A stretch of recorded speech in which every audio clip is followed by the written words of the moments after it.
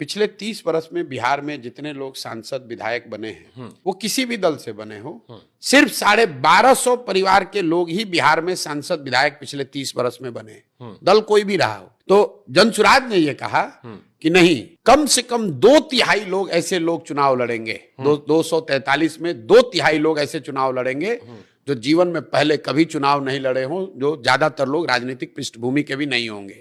अब आप ये कहेंगे 100% क्यों नहीं, इस पर भी बड़ी लंबी चर्चा चली है कि भैया इन 1200 परिवार को तो आप बैन ही कर दो। हाँ, लोग ये कहते हैं जो उसमें आके, लेकिन जब सब बदल रहे तो ये भी बदल दो।